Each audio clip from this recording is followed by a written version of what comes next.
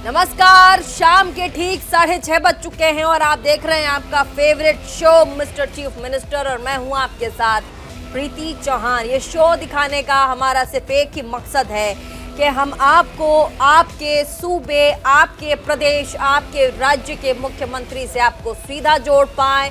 साथ ही आज आपके मुख्यमंत्री ने किन कार्यक्रमों में हिस्सा लिया है, वो कौन सी सौगातें हैं जो आने वाले समय में आपको डायरेक्ट इनडायरेक्ट मिलने वाली है, और साथ ही देश भर के मुख्यमंत्रियों की आज क्या क्या गतिविधि रही है, जनता और प्रदेश के विकास के लिए आपके प्रदेश के मुख्यमंत्री क्या कुछ कर रहे हैं, हम आपको दिखाते हैं। और साथ ही हम आपको बता दें कि आज मिस्टर चीफ मिनिस्टर की शुरुआत हम प्रधानमंत्री नरेंद्र मोदी की खबर से करेंगे।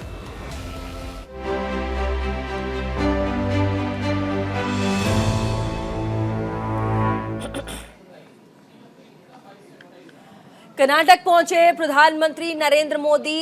यादगिरी जिले में करोड़ों की परियोजनाओं का शिलान्यास उन्होंने किया। प्रधानमंत्री मोदी ने कोडकल में सिंचाई, पेयजल, राष्ट्रीय राजमार्ग विकास परियोजनाओं से संबंधित विकास परियोजनाओं की आधारशिला रखी है। साथ ही उद्घाटन कार्यक्रमों में प्रधानमंत्री ने हिस्सा लिया। इस दौरान कर्नाटक के मुख्यमंत्री बसवराज बोम्मई भी वहां मौजूद दिखाई पड़े। प्रधानमंत्री मोदी ने रायनपुर लेफ्ट बैंक नहर विस्तार, नवीनीकरण और साथ ही आधुनिकीकरण परियोजना का उद्घाटन किया है।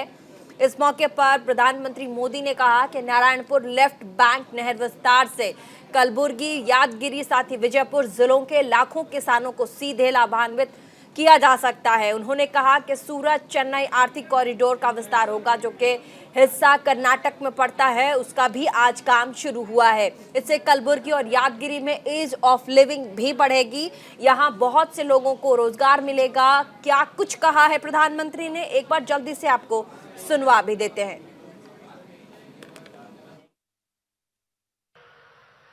मैं आज कर्नाटका के विकास से जुड़े हजारों करोड़ रुपए के प्रोजेक्ट्स आपको सौंपने और नए प्रोजेक्ट की शुरुआत करने आया हूं। अभी यहां पानी और सड़क से जुड़े बहुत बड़े प्रोजेक्ट का शिलान्यास और लोकार्पण हुआ है।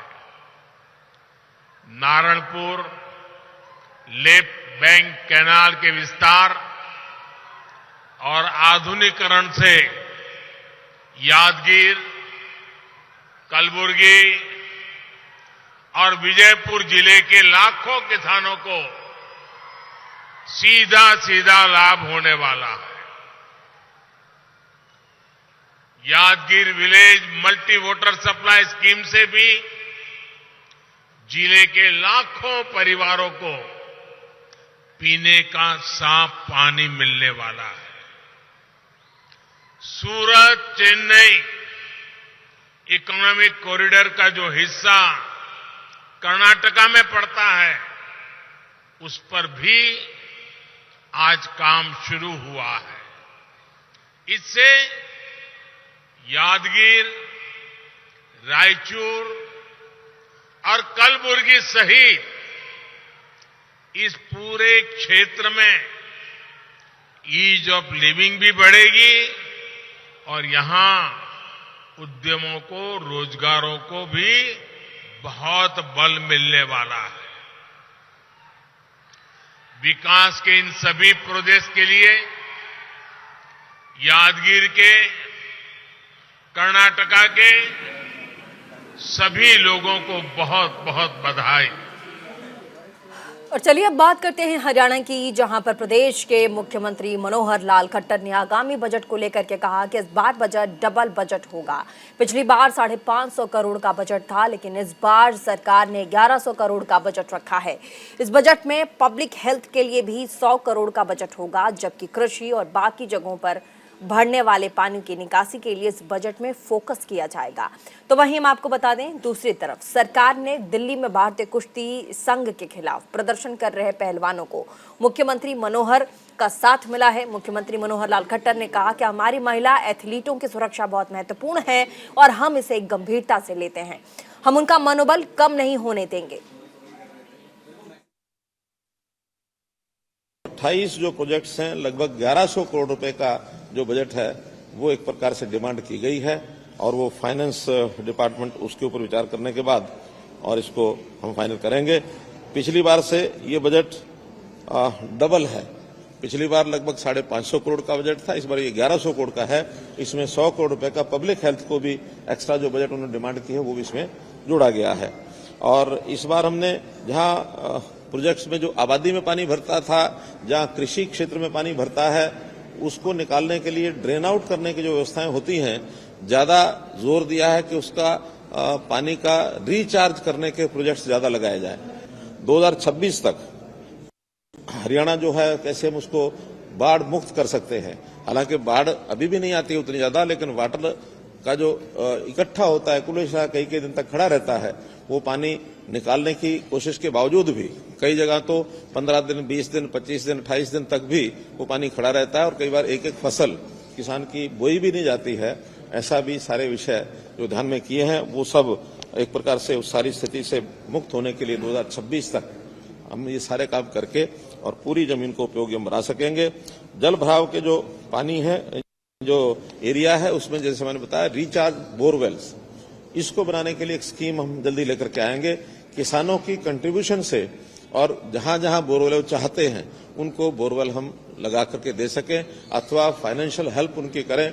अभी तक 20,000 जगह से डिमांड आई हुई है कि जहां रिचार्ज बोरवेल, चूस वेल जिसको कहते हैं वो गांव में, तो ऐसे वेल्स को लगा करके और पानी को जो है उसका प्रबंधन ये सब किया जाए।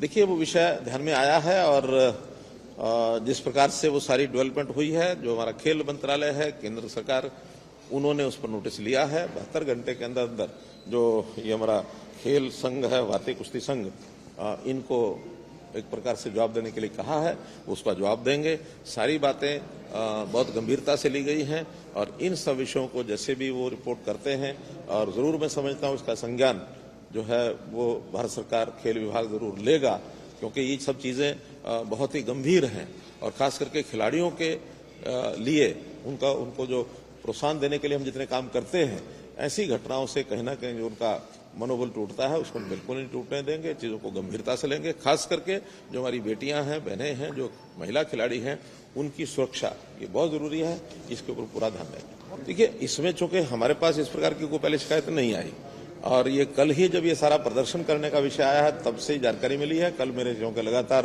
अपने कार्यक्रम थे, कल रात्रि के बाद मैं आया हूं और अगर हमारी तरफ हमें भी विषय को रेफर किया जाएगा तो हम उसका कोई संज्ञान लेंगे। लेकिन जनरल जो जानकारी मिली है उसमें से खिलाड़ियों की सुरक्षा ये करने का हम अपने खेल विभाग में इसका जरूर और विचार करके जो कोई आवश्यकता होगी इसको पूरा। और अब बात उत्तराखंड की कर लेते हैं, जहां पर मुख्यमंत्री पुष्कर सिंह धामी ने आज राजधानी देहरादून में जोशीमठ की स्थिति पर अधिकारियों के साथ समीक्षा बैठक ली। बैठक के बाद मुख्यमंत्री धामी ने कहा कि हम जोशीमठ क्षेत्र की निगरानी रोज कर रहे हैं।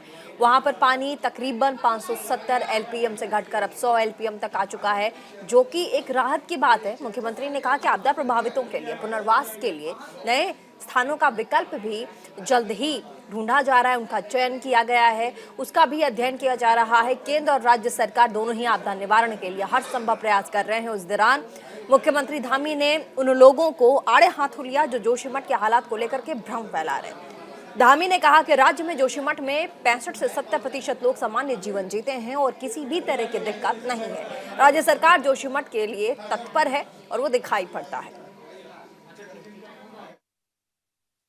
सबसे पहले तो हम लोग जोशीमठ की प्रत्येक दिन की डे बाय डे मॉनिटरिंग कर रहे हैं और जो वहाँ पर पानी 570 एलपीएम चल रहा था वो घटकर अब 100 एलपीएम पर आ गया है। भूधसाव से संबंधित और आपदा के कारणों को जानने के लिए भारत सरकार के 8 संस्थान लगातार इस पर काम कर रहे हैं। सभी की रिपोर्ट आएगी और सभी की रिपोर्ट आने के बाद एनडीएमए के साथ सारी रिपोर्टों का आकलन करके एक रिपोर्ट बनाई जाएगी।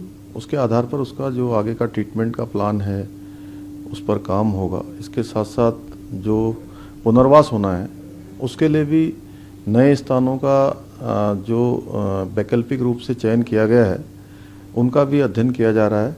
उसकी रिपोर्ट आने के बाद उसको भी आगे बढ़ाएंगे।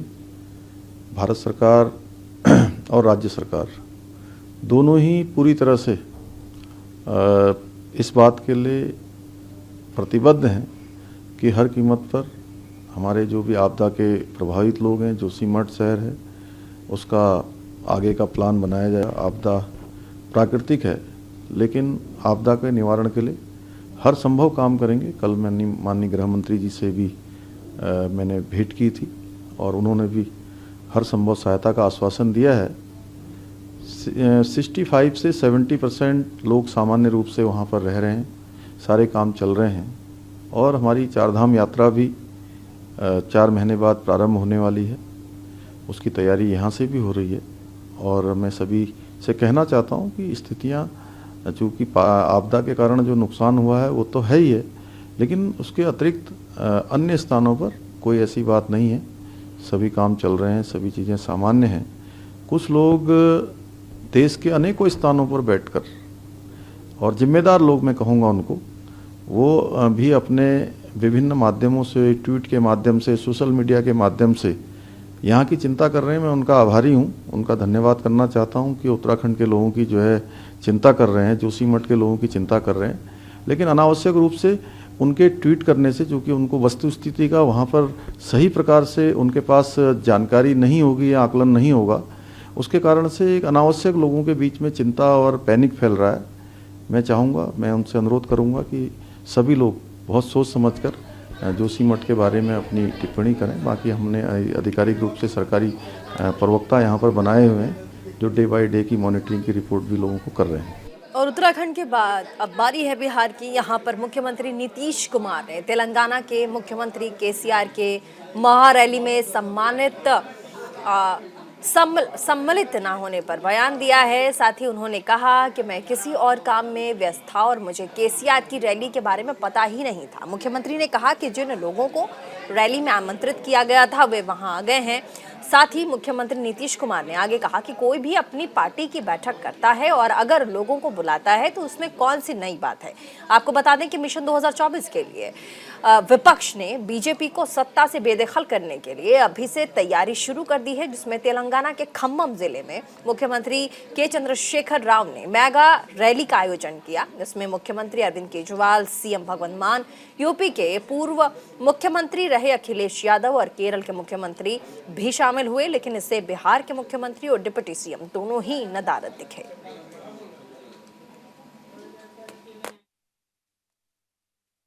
हमको नहीं पता है कि हम तो दूसरे काम में लगे हुए हैं। कोई अपनी पार्टी की मीटिंग करता है तो जिन लोगों को भी बुलाता है तो कोई अगर किनको मौका होगा गए होंगे। वो सब तो कोई ऐसी बात ही नहीं है। भाई पार्टी की मीटिंग है ना, पार्टी की रैली न है तो पार्टी की रैली है तो पार्टी की रैली में कोई लोगों को आमंत्रित किए गए, ठीक ही है, तो अच्छी बात अपना करें।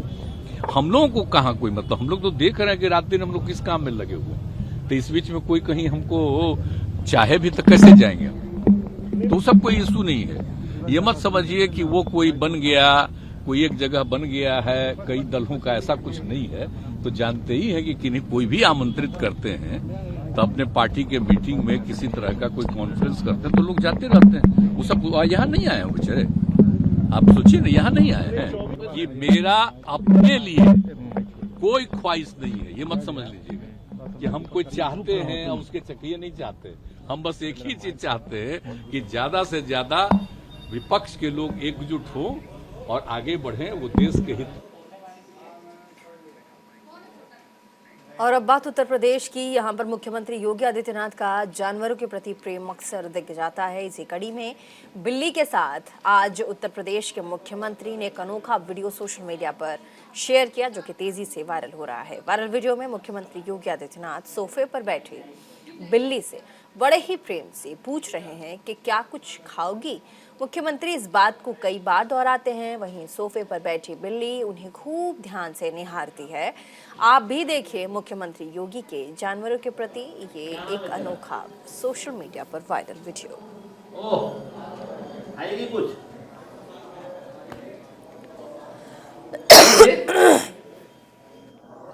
कुछ कुछ खाएगी? हैं? खाएगी? ए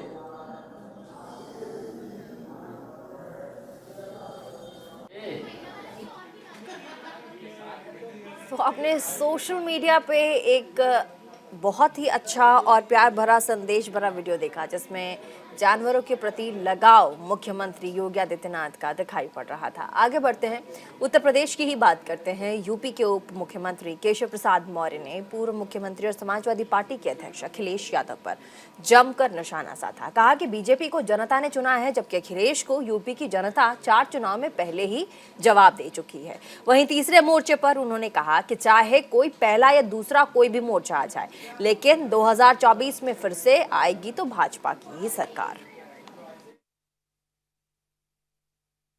देखिए, सबसे पहले तो बेगानी शादी में अब्दुल्ला दीवाना, ऐसे ही श्री अखिलेश यादव जी का हाल है।